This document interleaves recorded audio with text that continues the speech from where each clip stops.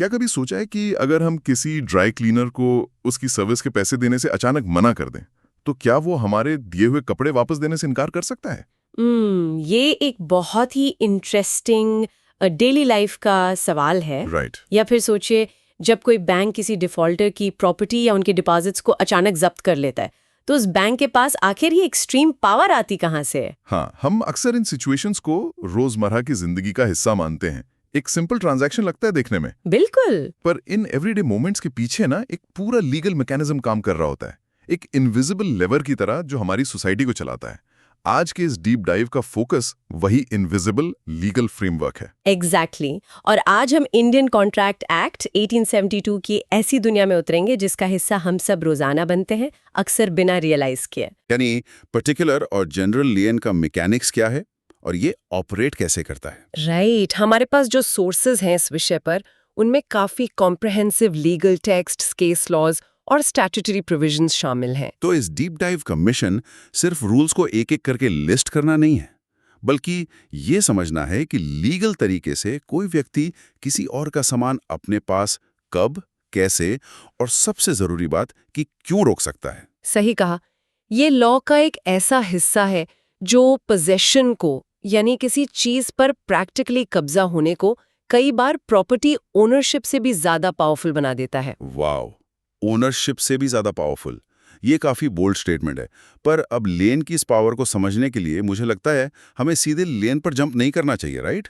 Bailment. Bailment, अगर हम sources को देखें तो ये वर्ड बेलमेंट एक फ्रेंच वर्ड से आया है, बैलिए, जिसका लिटरल मतलब होता है टू डिलीवर या डिलीवर करना। सही। और इंडियन कॉन्ट्रैक्ट एक्ट के मुताबिक इसका कोर रूल बहुत सिंपल पर बहुत प्रोफाउंड है। बेलमेंट में सिर्फ और सिर्फ फिजिकल पोजेशन ट्रांसफर होता है, ओनरशिप बिल्कुल नहीं। अच्छा, सिर्फ पोजीशन, ओनरशिप हमेशा ओरिजिनल ओनर के पास ही रहती है। हाँ, और ये डिस्टिंक्शन लॉ में बहुत क्रिटिकल है। इस रिलेशनशिप में बेसिकली दो मेन पार्टीज होती हैं। एक होता है बेलॉर, बेलॉर सामान लेता है, और दूसरा होता है बेली, जो सामान को रिसीव करता है। इस पूरे रिलेशनशिप की सबसे बड़ी शर्त यह है कि सामान किसी स्पेसिफिक पर्पस के लिए दिया जाना चाहिए। स्पेसिफिक पर्पस, जैसे कार रिपेयर हो गया या बैंक का लॉकर हो गया, एग्जैक्टली। या किसी ट्रांसपोर्टर के थ्रू सामान भेजना हो, और जैसे ही वो पर्पस पूरा होता है उस सामान को वापस करना या फिर बेलर के डायरेक्शंस के हिसाब से उसे डिस्पोज करना मैंडेटरी होता है लॉ में। इससे अगर मैं एक रियल वर्ल्ड एनालॉजी से समझूं, तो ये एक बोरोड टाइम रिलेशनशिप जैसा लगता है। जैसे हम लाइब्रेरी से एक बुक इशू करवाते हैं। बहुत बड़े एग्जाम्पल है। बुक इशू करवाने वाले के पास फिजिकल कॉपी होती है, वो उसे पढ़ सकता है, बैग में रख सकता है, पर ओनरशिप हमेशा लाइब्रेरी की ही रहती है। वक्त पूरा होने पर उसे वापस करना ही पड़ता है। सही बात है, लेकिन यहाँ एक सवाल उठता है कि कोर्ट्स इस पोजेशन वर्सेस ओनरशिप के फंडामेंटल रूल को एनफोर्स कैसे करती हैं? राइट। थ्योरी तो ठीक है, पर प्रैक्टिकली कैसे होता है, इसके लिए एक लैंडमार्क केस को देखना बहुत इल्यूमिनेटिंग होगा। केस का नाम है कविता Trehan versus बालसारा hygiene products limited. इस केस में ना सुप्रीम कोर्ट ने एक बहुत बारीक पर जरूरी फर्क क्लियर किया था। कैसा फर्क? कस्टडी और लीगल पोजेशन के बीच का फर्क। कोर्ट ने एसेंशियली एस्टैब्लिश किया कि अगर गुड्स का लीगल पोजेशन एक्चुअली ट्रांसफर नहीं हुआ है तो बेलमेंट हो ही नहीं सकती। वेट, कस्टडी और पोजेशन अलग अलग चीजें? इसका एग्जैक्टली क्या मतलब हुआ? सोचिए, एक फैक्ट्री का नाइट वॉचमैन है। उसके पास उस फैक्ट्री के सामान की कस्टडी जरूर है, वो उसकी फिजिकली रखवाली कर रहा है पूरी रात, पर उसके पास उस सामान का इंडिपेंडेंट लीगल पोजेशन या कंट्रोल नहीं है। ओह, समझ गया। तो लीगली वो उस सामान का बेली नहीं कहलाया जाएगा। बिल्कुल नहीं। बेली बनने के लिए इंटेंशन और कंट्रोल दोनों का फॉर्मली ट्रांसफर होना जरूरी है, सिर्फ फिजिकल प्रेजेंस काफी नहीं है। ये बहुत फैसिनेटिंग है, और यहाँ पर ना एक और बहुत इंटरेस्टिंग डिमेंशन निकल कर आता है मेरे दिमाग में। कॉन्ट्रैक्ट वर्ड सुनते ही हम सोचते हैं कि दो लोगों ने बैठकर पेपर साइन किए होंगे। हाँ, टर्म्स एंड कंडीशंस डिस्कस की होंगी प्रॉपर्ली। राइट। पर लॉ एक अजीब और काफी मजेदार कॉन्सेप्ट रिकॉग्नाइज करता है, जिसे इनवॉलंटरी बेलमेंट कहते हैं। मतलब सोचिए, अगर किसी को सड़क पर कोई खोया हुआ वॉलेट या डायमंड रिंग मिल जाती है और वो इंसान उसे उछा लेता है।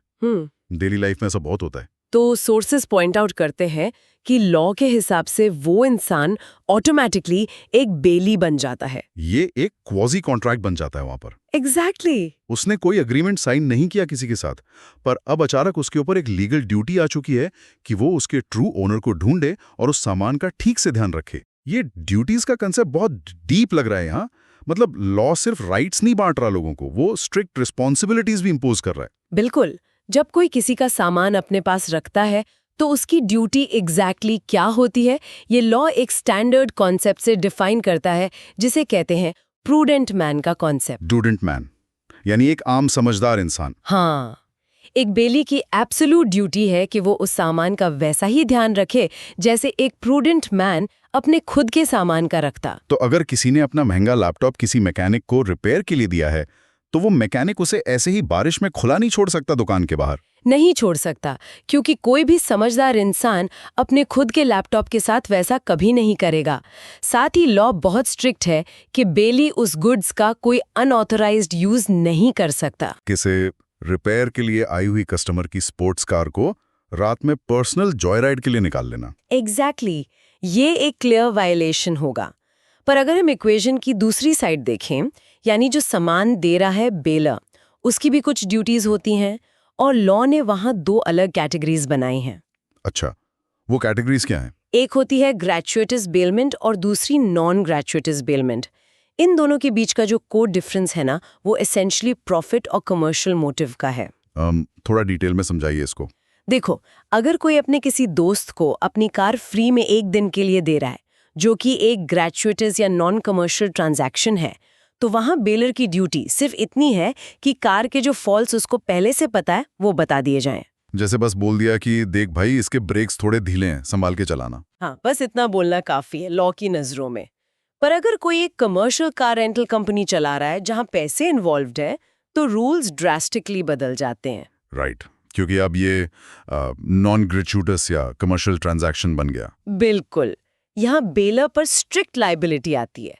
अगर रेंटल कंपनी की गाड़ी के ब्रेक्स फेल हो जाते हैं और कोई एक्सीडेंट हो जाता है, तो कंपनी लीगली लायबल होगी। वहां वो लोग ये एक्सक्यूज बिल्कुल नहीं दे सकते कि ओ, हमें तो इस फॉल्ट के बारे में पता ही नहीं था। Make sense. लॉ का लॉजिक यहाँ बिल्कुल क्लियर है। अगर आप कमर्शियल बेनिफिट ले रहे हैं किसी चीज का, तो उसमें रिस्क और रिस्पॉन्सिबिलिटी भी एब्सोल्यूट होगी आपकी। एग्जैक्टली।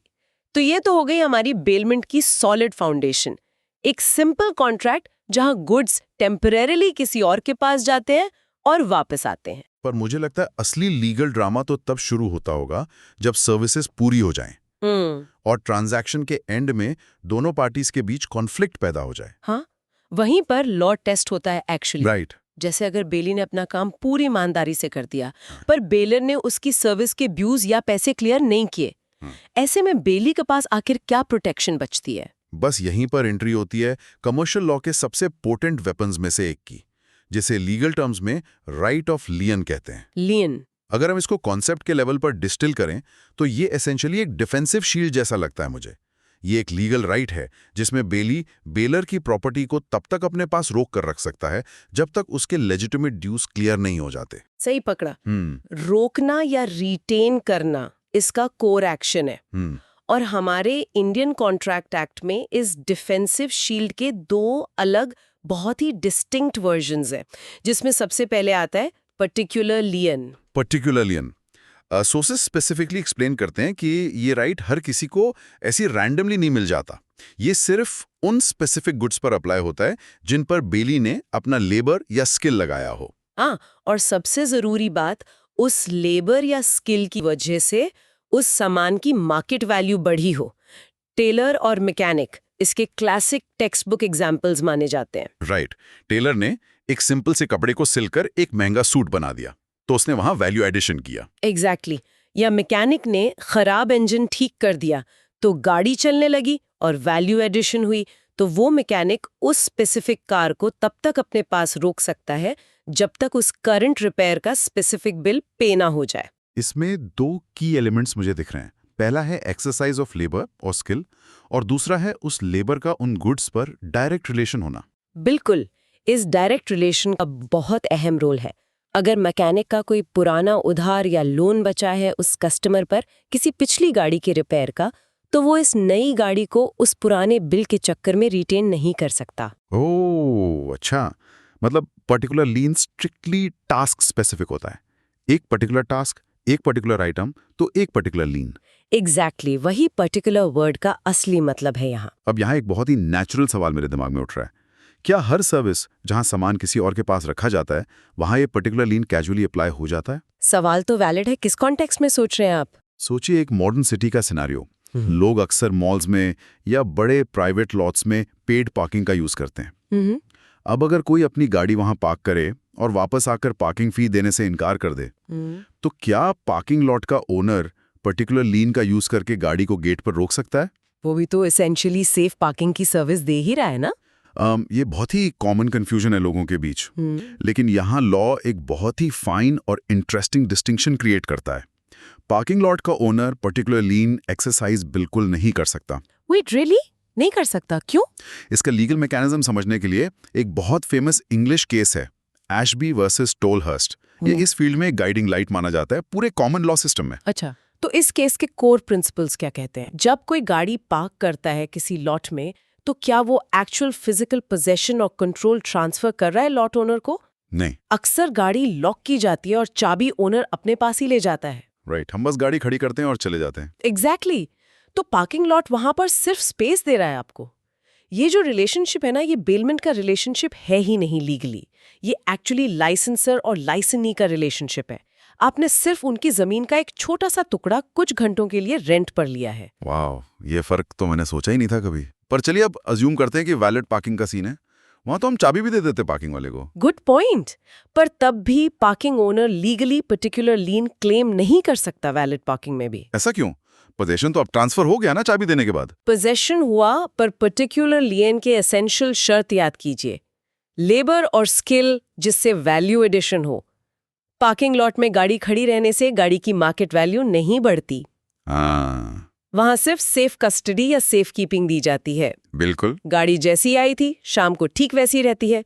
उस पर कोई नई स्किल अप्लाई नहीं हुई जिससे उसका इंजन बेहतर हुआ हो या कोई नई पेंट जॉब हुई हो। इसीलिए बिना किसी वैल्यू एडिशन के पर्टिकुलर लियन लीगली क्लेम नहीं किया जा सकता। ये लॉ का कितना स्मार्ट तरीका है ना, एक लिमिट लगाने का, ताकि लोग छोटी छोटी सेफ कीपिंग फीस या पार्किंग फीस के लिए लोगों की बड़ी बड़ी और महंगी प्रॉपर्टीज को ऐसे हॉस्टेज ना बना ले। एग्जैक्टली, वरना तो हर जगह लोग गाड़ियां रोक कर खड़े हो जाते। सही बात है। तो पर्टिकुलर लियन का लॉजिक एकदम एयरटाइट और फेयर लगता है। जिस सामान पर डायरेक्ट मेहनत की, जिससे उसकी वैल्यू बढ़ाई, उसको ड्यूस क्लियर होने तक रोक लिया। Make sense? पर चलिए अब थोड़ा आगे बढ़ते हैं। कमर्शियल रियलिटी जो होती है ना, वो सिर्फ एक एक आइटम की रिपेयर्स पर स्मूथ नहीं चलती। हाँ, कॉमर्स स्केल पर चलता है। राइट। तो क्या होगा अगर एक मैसिव इंस्टीट्यूशन हो जिसके पास रोजाना हजारों ट्रांजैक्शंस आते हों? अगर task specific holding particular transactions के लिए सेंस बनाती है, what about long term professional commercial relationships? यहीं पर सोर्सेज हम एक दूसरे बहुत हैवी हिटर कॉन्सेप्ट से इंट्रोड्यूस कराते हैं जिसे जनरल लियन कहा जाता है। इसे मैं एक वीआईपी पास कहूंगा, लीगल राइट्स की दुनिया का। वीआईपी पास, ये टर्म एग्जैक्टली फिट बैठता है इस पर। अगर पर्टिकुलर लियन एक रेगुलर डिफेंसिव शील्ड है आम लोगों के लिए, तो जनरल लियन एक ऐसा एक्स्ट्रॉर्डिनरी टूल है जो लॉ ने बहुत सोच समझकर सिर्फ कुछ चुने हुए प्रोफेशंस को दिया है। तो इस वीआईपी पास में होता क्या है एग्जैक्टली? जनरल लियन एक ऐसा लीगल राइट है जो बेली को अलाउ करता है कि वो डेटा की किसी भी ऐसी प्रॉपर्टी को रिटेन कर ले जो उसके लीगल पोजेशन में नेचुरली आई है, ताकि एक जनरल बैलेंस ऑफ अकाउंट को क्लियर किया जा सके। किसी भी प्रॉपर्टी को, मतलब यहाँ किसी स्पेसिफिक लेबर स्किल या उस पर्टिकुलर प्रॉपर्टी पर डायरेक्ट काम का होना जरूरी नहीं है? बिल्कुल नहीं। यही इसका सबसे बड़ा पावर है।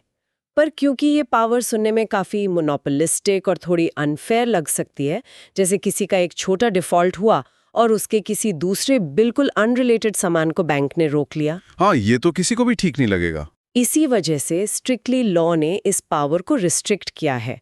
हर कोई रैंडम बिजनेस जनरल लियन क्लेम नहीं कर सकता मार्केट में। तो ये पावर दी किसको गई है इंडियन कॉन्ट्रैक्ट एक्ट के तहत? एक्ट स्पेसिफिकली सिर्फ 5 कैटेगरीज के प्रोफेशनल्स को ये एक्सक्लूसिव पावर देता है। पहले हैं बैंकर्स, दूसरे फैक्टर्स यानी कमर्शियल एजेंट्स, ओके, बैंकर्स और फैक्टर्स। तीसरे हैं वॉर फिंगर्स जो पोर्ट और बड़ी डॉक्स ऑपरेट करते हैं, चौथे हैं अटॉर्नीज ऑफ हाई कोर्ट और पांचवे होते हैं पॉलिसी ब्रोकर्स। इन 5 के अलावा कोई और पार्टी ऑटोमेटिकली जनरल लीन लीगली क्लेम नहीं कर सकती जब तक कि कोई स्पेशल एक्सप्लिसिट कॉन्ट्रैक्ट ना बनाया गया हो। इस वीआईपी पास के पीछे मुझे लगता है एक बहुत ठोस कमर्शियल लॉजिक होना चाहिए। आखिर क्यों एक बैंक को ये एक्स्ट्राऑर्डिनरी पावर दी गई कि वो एक जनरल बैलेंस के लिए किसी भी डिपॉजिट या सिक्योरिटी को होल्ड कर सके? इस कमर्शियल फिलॉसफी को डीपली समझने के लिए एक लैंडमार्क सुप्रीम कोर्ट केस को एनालाइज करना जरूरी है। केस है syndicate bank versus Vijay Kumar. इसके फैक्ट्स बहुत प्रैक्टिकल और इंटरेस्टिंग थे। और इसमें क्या हुआ था? एक बैंक अकाउंट होल्डर के पास बैंक के साथ एक्चुअली कुछ फिक्स्ड डिपॉजिट यानी एफडी रिसीट्स थे। ओके। और उसी सेम कस्टमर ने बैंक से एक ओवरड्राफ्ट फैसिलिटी भी ली हुई थी अपने बिजनेस के लिए। ओके। और उसने शायद उस ओवरड्राफ्ट में डिफॉल्ट कर दिया होगा। एग्जैक्टली। और जब उस कस्टमर ने अपनी एफडी मैच्योर होने पर रिलीज करने को कहा अपना पैसा लेने के लिए, तो बैंक ने फ्लैट आउट मना कर दिया। बैंक ने आर्ग्यूमेंट दिया कि देखो, आपका ओवरड्राफ्ट फैसिलिटी का ड्यूज पेंडिंग है, इसलिए हम इस एफडी को जनरल लियन के तहत रिटेन कर रहे हैं। अब यहाँ बड़ा सवाल ये था कि क्या उस एफडी और उस ओवरड्राफ्ट लोन का आपस में कोई डायरेक्ट लीगल कनेक्शन था भी या नहीं? और इसका सीधा जवाब था नहीं। वो दोनों अकाउंट्स और ट्रांजैक्शंस बिल्कुल अलग थे। पर आप गेस कर सकते हैं सुप्रीम कोर्ट ने इस पर क्या अफर्म किया होगा? क्योंकि जनरली इन 5 स्पेशल कैटेगरीज को मिला है, तो कोर्ट ने बैंक के फेवर में रूल किया होगा। बिल्कुल सही, कोर्ट ने फुली बैंक के फेवर में रूल किया। उन्होंने एस्टैब्लिश किया कि बैंक्स के पास उनके पोजेशन में आई हुई प्रॉपर्टीज, सिक्योरिटीज या किसी भी डिपॉजिट्स पर जनरल लीन एक्सरसाइज करने का पूरा और वैलिड हक होता है, जब तक कि कोई क्लियर कॉन्ट्ररी अंडरस्टैंडिंग कॉन्ट्रैक्ट में लिखी ना हो। पर इसका ब्रॉडर रीजनिंग क्या है? इसका मैक्रो इकोनॉमिक्स से क्या लेना देना? ये सभी 5 कैटेगरीज जिन्हें राइट मिला है, ये हाईली हाई ट्रस्ट प्रोफेशंस हैं। यहाँ रोजाना बेसिस पर कंटिन्यूअस स्पीड में ट्रांजैक्शंस, महंगे डॉक्यूमेंट्स और प्रॉपर्टीज एक्सचेंज होती हैं। राइट, एक दिन में लाखों ट्रांजैक्शंस। सोचिए, अगर एक बैंक को हर एक छोटे लोन और हर एक फाइनेंशियल ट्रांजैक्शन के लिए अलग से स्पेसिफिक सिक्योरिटी नेगोशिएट करनी पड़े या फिर हर पर्टिकुलर लीन ट्रैक करना पड़े सिस्टम में, तो पूरा बैंकिंग और फाइनेंशियल क्रेडिट सिस्टम कितना स्लो हो जाएगा। वो तो प्रैक्टिकल नहीं है। स्पीड और लिक्विडिटी ही तो मॉडर्न कॉमर्स की जान है एक्चुअली। एग्जैक्टली। तो जनरल लियन बैंक्स को बेसिकली एक सेफ्टी नेट या कुशन देता है, जिससे वो कॉन्फिडेंटली इकोनॉमी में क्रेडिट फ्लो मेंटेन कर सकते हैं बिना हर वक्त डरे हुए। तो इसको अगर हम सम अप करें तो एसेंशियली पर्टिकुलर लियन टास्क स्पेसिफिक और टेम्पररी टाइप का होता है, पर जनरल लियन डीपली रिलेशनशिप बेस्ड है।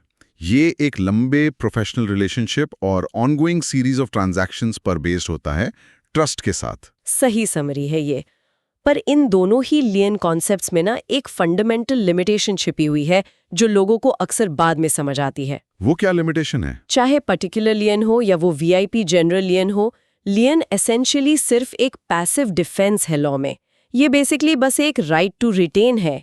मतलब गुड्स को बस रोका जा सकता है, किसी गोडाउन में या वॉल्ट में रखा जा सकता है डेटर पर प्रेशर बनाने के लिए। हाँ, बट सोचिए क्या होगा अगर डेटर एकदम ढीठ हो जाए। अगर डेटर क्लियर बोल दे कि ठीक है, मेरा सामान तुम अपने पास ही रखो, सड़ने दो, मेरे पास पैसे ही नहीं है देने को। ओह, तो लीन के तहत बेली उस सामान को मार्केट में जाके बेच तो नहीं सकता ना अपना पैसा वसूलने के लिए? बिल्कुल नहीं। और यहाँ लॉ में बेसिकली एक डेड एंड आ जाता है उस लेंडर के लिए। एक सर्विस प्रोवाइडर या बैंक अपना पैसा रिकवर प्रैक्टिकली कैसे करेगा अगर वो सिर्फ सामान दबाकर बैठा रहे सालों तक? यहीं पर सोर्सेज हमें लीगल सिक्योरिटी के नेक्स्ट लेवल पर शिफ्ट करते हैं, जिसे कॉन्ट्रैक्ट ऑफ प्लेज कहा जाता है। अगर लीन एक पैसिव शील्ड है, यानी बस रोक कर रखना, तो प्लेज एक अग्रेसिव और एक्टिव वेपन है। एकदम सही कंपैरिजन। कॉन्ट्रैक्ट ऑफ प्लेज को अगर लीगली डिफाइन करना हो तो ये भी एक स्पेशल काइंड की बेलमेंट ही होती है फाउंडेशनली। तो नॉर्मल बेलमेंट और प्लेज में फर्क कैसे होता है? जब सामान को स्पेशली किसी डेट यानी उधार के कोलैटरल के रूप में या किसी प्रॉमिस की परफॉर्मेंस के लिए एज ए सिक्योरिटी डिलीवर किया जाता है, तब हम उसे प्लेज कहते हैं, ऑर्डिनरी बेलमेंट नहीं। यहाँ तो मुझे लगता है पार्टीज के लीगली नाम भी बदल जाते होंगे। हाँ, जो सामान प्लेज करता है यानी जो बोरोअर होता है, उसे लॉ में पोनर कहते हैं, और जो लेंडर उस सामान को रखता है उसे पौनी कहते हैं। इस पूरे कॉन्सेप्ट का सबसे कॉमन और रिलेटेबल एवरीडे एग्जाम्पल है गोल्ड लोन की मार्केट। राइट। जब कोई इंसान किसी बैंक या प्राइवेट फाइनेंस कंपनी को अपनी ज्वेलरी या गोल्ड देता है और उसके बदले कैश लोन लेता है, तो ये प्लेज का परफेक्ट लाइव इलस्ट्रेशन है हमारे सामने। उस लेंडर यानी पॉनी के पास क्या बेसिक राइट्स हैं? लॉ कहता है कि उनके पास राइट ऑफ रिटेनर तो है ही नेचुरली। यानी वो गोल्ड को तब तक रिटेन कर सकते हैं जब तक लोन का आखिरी पैसा क्लियर ना हो जाए। हाँ, जब तक लोन का प्रिंसिपल अमाउंट, उस पर बना सारा इंटरेस्ट और उस गोल्ड को सेफ रखने के एक्स्ट्राऑर्डिनरी एक्सपेंसेस जैसे किसी हाई सिक्योरिटी वॉल्ट का मंथली किराया कवर ना हो जाए। यहां तक देखें तो ये प्रोसेस प्रैक्टिकली वही काम कर रहा है जो पर्टिकुलर लियन में होता है, बस सामान को कॉन्फिडेंटली रोके रखना। तो प्लेज को लियन से फंडामेंटली अलग और पावरफुल क्या बनाता है फिर? वो है राइट टू सेल, यानी बेचने का हक। यही वो एक्टिव पावर है जो लियन में मिस हो रही थी। डिफॉल्ट होने पर, यानी अगर उस बोरोअर ने वक्त पर पैसे नहीं चुकाए, तो लेंडर के पास डायरेक्ट लीगल राइट्स आ जाते हैं अपना फंसा हुआ पैसा बाहर निकालने के। वो लीगल रेमेडीज उसके पास एग्जैक्टली क्या-क्या होती हैं? वो लेंडर चाहे तो लीगली कोर्ट में डेट के लिए सू कर दे बोरोअर तो, और जब तक केस चले गुड्स को कोलैटरल के रूप में होल्ड करके रखे, या फिर जो ज्यादा कॉमन है वो उस प्लेज्ड गुड्स को एक्चुअल में ओपन मार्केट में बेच दे और अपना आउटस्टैंडिंग अमाउंट रिकवर कर ले। लेकिन लॉ आम और कमजोर लोगों को बड़े लेंडर्स के एक्सप्लॉयटेशन से बचाने के लिए कुछ स्ट्रिक्ट बाउंड्रीज भी तो सेट करता होगा ना। यहाँ पर बेचने का ये प्रोसेस अचानक या मनमाना तो नहीं हो सकता। बिल्कुल नहीं हो सकता। सोर्सेज में एक बहुत ही इंपॉर्टेंट मैंडेटरी रूल पर एक्स्ट्रा जोर दिया गया है यहाँ, और वो रूल है रीजनेबल नोटिस का। रीजनेबल नोटिस का रूल? हाँ, कोई भी पौने अचानक किसी दिन सुबह उठकर कस्टमर का सामान मार्केट में गुप्त तरीके से नहीं निकाल सकता। उसे उस बोरोअर को एक क्लियर रीजनेबल नोटिस ऑफिशियली देना ही होता है कि भाई हम डिफॉल्ट के कारण आपका सामान बेचने वाले हैं, तैयारी कर लो। और अगर बिना इस नोटिस के चुपचाप सेल कर दी जाए तो वो सेल लीगली पूरी तरह इनवैलिड मानी जाती है। और मजेदारी की बात यह है कि ये इतना स्ट्रिक्ट स्टैट्यूटरी प्रोटेक्शन है आम लोगों के लिए कि इसे किसी कॉन्ट्रैक्ट की फाइन प्रिंट में कंडीशन डालकर लेंडर वेव ऑफ भी नहीं करवा सकता। वाह, मतलब कंज्यूमर प्रोटेक्शन काफी स्ट्रांग है इस एरिया में। लेकिन ये सेल एक्चुअल में होगी कैसे? एक बहुत क्रिटिकल सवाल मेरे मन में आ रहा है। क्या लेंडर खुद ही अपने किसी दूसरे डिपार्टमेंट के थ्रू वो सामान चीपली खरीद सकता है? इस क्रिटिकल लीगल सवाल का एग्जैक्ट जवाब हमें एक रीसेंट सुप्रीम कोर्ट जजमेंट में मिलता है। केस का नाम है PTC India financial services limited versus Venkateswarlu Kari. अगर हम इस केस में डीप डाइव करें तो इसमें कोर्ट ने फेयर प्ले का एक बहुत सॉलिड प्रिंसिपल हमेशा के लिए एस्टैब्लिश कर दिया। कोर्ट ने इसमें एग्जैक्टली रूल क्या किया सेल को लेकर? कोर्ट ने क्लियरली कहा कि पॉनी यानी लेंडर अनप्लेज्ड गुड्स को खुद को यानी टू सेल्फ बेच ही नहीं सकता किसी भी सिचुएशन में। ऐसा क्यों? अगर डिफॉल्ट हुआ है तो लेंडर किसी भी तरह बेचे, फर्क क्या पड़ता है? फर्क पड़ता है क्योंकि अगर लेंडर को ओपनली परमिशन मिल गई खुद को ही सामान बेचने की, तो वहां एक मैसिव कॉन्फ्लिक्ट ऑफ इंटरेस्ट पैदा हो जाएगा सिस्टम में। लेंडर नेचुरली हमेशा यही चाहेगा कि वो सामान को द लोएस्ट पॉसिबल दाम पर इवैल्यूएट करे और खुद ही खरीदे ताकि सारा मार्जिन और प्रॉफिट उसका हो, जबकि इससे ओरिजिनल बोरोअर का भारी नुकसान हो जाएगा उसकी इक्विटी का।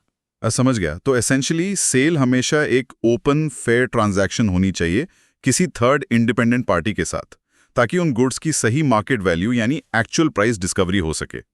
ये रूल इफेक्टिवली इंश्योर करता है कि डिफॉल्ट होने पर भी बोरोअर के वैल्यूएबल एसेट्स का चीप मिसयूज ना हो। एग्जैक्टली। और इस पूरे प्रोसेस में बोरोअर को प्रोटेक्ट करने वाला शायद सबसे बड़ा स्टैट्यूटरी प्रोविजन आता है राइट ऑफ रिडेम्पशन के रूप में। राइट ऑफ रिडेम्पशन, इसका एक्चुअल फायदा कैसे मिलता है बोरोअर को डिफॉल्ट के बाद? ये रूल प्रैक्टिकली कहता है कि चाहे लीगली डिफॉल्ट हो भी गया हो टाइम निकालने पर जब तक एक्चुअल फिजिकल सेल नहीं हो जाती, उस सेल से ठीक पहले तक के आखिरी सेकंड तक एक बोरोअर कभी भी वापस आ सकता है। वो अपना पूरा डेट और सारे एक्सपेंसेस एक साथ क्लियर करके अपना सामान वापस रिडीम कर सकता है, यानी छुड़वा सकता है। ये तो काफी बड़ा राइट है। और मान लीजिए अगर सेल हो ही जाती है और मार्केट में वो सामान लोन अमाउंट से काफी ज्यादा दाम पर बिक जाता है डिमांड के चलते, तो उस एक्स्ट्रा या सरप्लस पैसे का क्या होता है? वो बचा हुआ सरप्लस पैसा लेंडर ऑब्वियसली अपने पास नहीं रख सकता प्रॉफिट समझकर। लॉ के हिसाब से उसे वो surplus amount immediately original borrower को वापस लौटाना ही पड़ता है। ये पूरा फ्रेमवर्क लॉ के एक बहुत ही फाइन और डेलिकेट बैलेंस को दिखाता है हमें। बिल्कुल, क्रेडिटर की सिक्योरिटी भी इंपॉर्टेंट है ताकि उधार मिलता रहे, और डेटर की प्रॉपर्टी में बची हुई ओरिजिनल इक्विटी को प्रोटेक्ट करना भी उतना ही इंपॉर्टेंट है। दोनों का इंटरेस्ट बैलेंस्ड है। सही। अब यहाँ एक आखिरी पजल पीस है जो हमारे सोर्सेज डीपली हाईलाइट करते हैं, वो है एक्सेप्शंस टू प्लेज। हमने बेसिक रूल तो देखा कि ओनर ही आगे सामान को प्लेज कर सकता है। हाँ, नॉर्मल कॉमन सेंस लॉजिक तो यही कहता है कि कोई भी इंसान सिर्फ उसी सामान पर लोन ले सकता है जिसका वो खुद असली ओनर हो और जिसके टाइटल पेपर्स उसके नाम पर हों। अगर मेरे पास जो गाड़ी है वो मेरी है ही नहीं, तो मैं बैंक जाके उस पर लोन कैसे ले सकता हूँ? एग्जैक्टली। पर मॉडर्न कॉमर्स की रियलिटी सिर्फ रिजिड एंशिएंट ओनरशिप रूल्स पर स्मूथली नहीं चल सकती। उसे कांस्टेंट स्पीड और फ्लूइडिटी चाहिए होती है, बॉर्डर्स के आर पार। इसलिए बिजनेस फ्लो के लिए लॉ कुछ बहुत स्पेसिफिक प्रैक्टिकल एक्सेप्शंस अलाउ करता है, जहां नॉन ओनर्स भी लेजिटिमेट वैलिड प्लेज क्रिएट कर सकते हैं बैंक्स के साथ। इसका कोई प्रैक्टिकल एग्जाम्पल क्या होगा जहां non owner safely pledge create करता है? इसका सबसे प्राइम और बड़ा एग्जाम्पल है मर्केंटाइल एजेंट्स। ये वो कमर्शियल मिडलमैन या एजेंट्स होते हैं जो एक्चुअल ओरिजिनल ओनर की ऑफिशियल कंसेंट से सामान अपने कंट्रोल या पोजेशन में रखते हैं बिजनेस आगे बढ़ाने के लिए। अच्छा, अगर ये एजेंट्स अपने ऑर्डिनरी कोर्स ऑफ बिजनेस में उस कस्टडी वाले सामान को आगे प्लेज कर देते हैं किसी इंडिपेंडेंट लेंडर या बैंक के पास लोन उठाने के लिए, तो एक्ट के मुताबिक वो प्लेज पूरी तरह वैलिड और लीगल होती है। लेकिन ओनर का तो उसमें कंसेंट था ही नहीं प्लेज के लिए। इस टेक्निकल एक्सेप्शन का लॉजिक इतना प्रैक्टिकल क्यों लगता है लॉ मेकर्स को? क्योंकि होलसेल ट्रेड और कॉमर्स हमेशा तेजी पर चलते हैं, डेली बेसिस पर। सोचिए, एक बिजी पोर्ट पर हजारों महंगे बेल्स ऑफ कॉटन आते हैं रोजाना। अगर एक बैंक या लेंडर को लोन अप्रूव करने से पहले हर एक सिंगल बेल ऑफ कॉटन का अल्टीमेट एब्सोल्यूट ओनर ट्रैक करने और वेरीफाई करने में महीने लग जाएं, तो पूरा ग्लोबल मार्केट कंप्लीटली फ्रीज हो जाएगा लिक्विडिटी के बिना। राइट, फ्लो ही रुक जाएगा बिजनेस का। इन्हीं एक्सेप्शंस के through act commercial bulk transactions के फ्लो को फास्ट और स्मूथ बनाता है रियल वर्ल्ड में।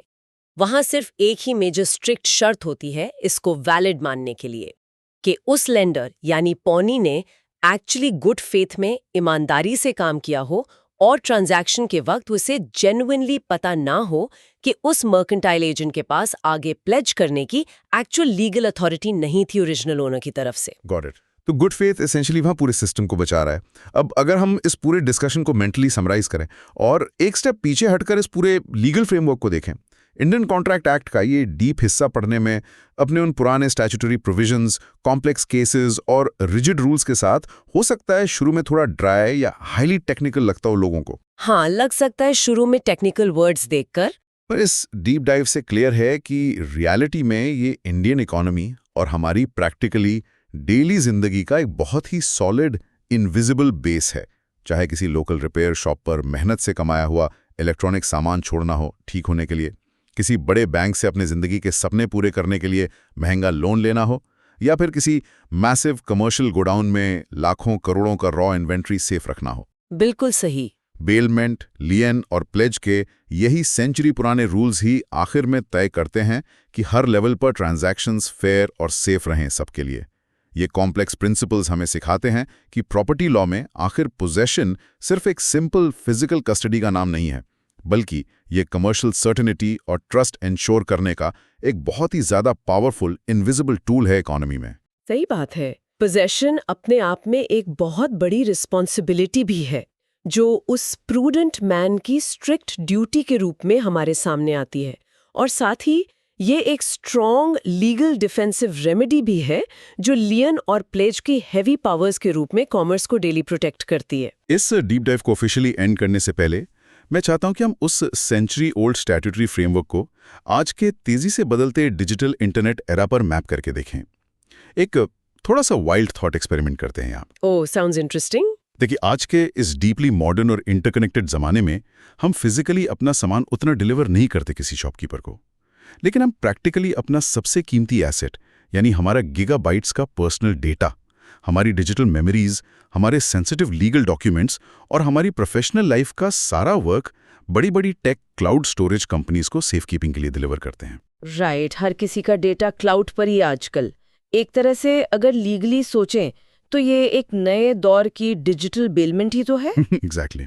तो सोचिए, आने वाले कुछ वक्त में अगर किसी एवरेज यूजर ने गलती से अपना महंगा क्लाउड सब्सक्रिप्शन पे नहीं किया, डिफॉल्ट कर दिया, तो क्या हो सकता है कि ये टेक जायंट्स ऑटोमेटिकली हमारे उन डिजिटल एसेट्स और डेटा पर किसी बिल्कुल नए तरीके का डिजिटल लियन लगाकर हमें इफेक्टिवली हमारे ही पर्सनल डेटा से परमानेंटली लॉक आउट कर देंगी। ये थॉट थोड़ा स्कैरी भी है और बहुत पॉसिबल भी। या इससे भी एक स्टेप आगे जाते हैं। क्या आपने उन डिफॉल्ट्स को रिकवर करने के लिए लोग फ्यूचर में अपना digital cloud data officially banks के सामने कोलैटरल के रूप में लिटरली प्लेज करने लगेंगे रियल वर्ल्ड लोन्स उठाने के लिए? वाओ, ये आइडिया तो कंप्लीटली रेवोल्यूशनाइज कर देगा बैंकिंग को। जैसे जैसे हमारी society technically purely physical space से साइबर और मेटावर्स वर्ल्ड में कंप्लीटली शिफ्ट हो रही है, मुझे लगता है हमें वापस पोजेशन और प्रॉपर्टी की इन लीगल डेफिनेशंस को अग्रेसिवली रीवैल्यूएट करना ही पड़ेगा आगे चलकर। क्या 1872 के वही physical principles digital cloud servers पर वैसे ही प्योरली अप्लाई हो पाएंगे जैसे उस वक्त पोर्ट के फिजिकल गोडाउन्स पर इजीली होते थे? ये आने वाले वक्त की एक ऐसी मैसिव लीगल फ्रंटियर है जो आगे चलकर ग्लोबल कमर्शियल लॉ की पूरी परिभाषा को ही पूरी तरह से हमेशा के लिए बदल सकती है इंटरनेट की एज में। I completely agree. ये एक ऐसी कॉन्वर्सेशन है जो बस अभी शुरू ही हुई है कोर्टरूम्स और टेक बोर्डरूम्स में। और इस प्रोवोकेटिव विचार के साथ कि अगली बार जब कोई अपने ड्राई क्लीनर को फिजिकल कपड़े दें काउंटर पर, या फिर अपने स्मार्टफोन पर किसी लेटेस्ट नई क्लाउड सर्विस के लंबे टर्म्स एंड कंडीशंस पर जल्दी से अग्री पर क्लिक करे, तो वो थोड़ी देर रुककर ये जरूर याद रखे कि वो एक century old invisible legal dance का ऑटोमेटिकली हिस्सा बन रहा है। इस डीप डाइव को हम आज यहीं पर ठीक समाप्त करते हैं। Keep questioning the everyday things और कीप लर्निंग।